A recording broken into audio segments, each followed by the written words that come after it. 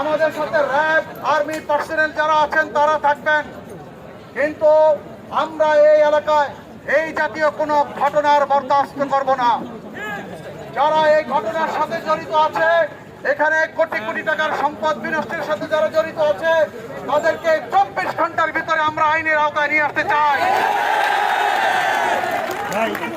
এই ঘটনায় থানায় মামলা হবে। এই ঘটনায় আমাদের পরবর্তী যে আইনানুগ প্রক্রিয়াগুলো আছে, সেই আইনানুগ প্রক্রিয়ায় আপনারা সহযোগিতা করবেন।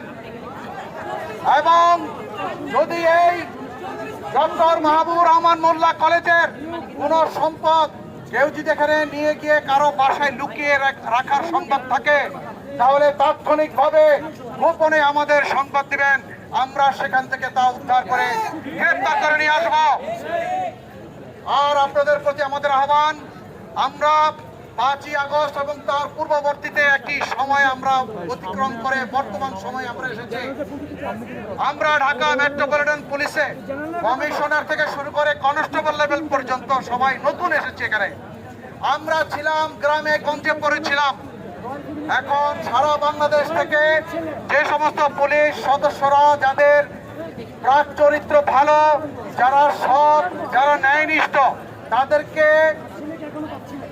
ভেটিং এর মাধ্যমে গোপন তথ্যের ভিত্তিতে ঢাকা মেট্রোপলিটন পুলিশে পদায়ন করা হচ্ছে। আগে যে সমস্ত পুলিশ সদস্যরা ছিল, আপনারা জানেন যাত্রাবাড়ি এলাকায় কি ম্যাসাকার হয়েছে।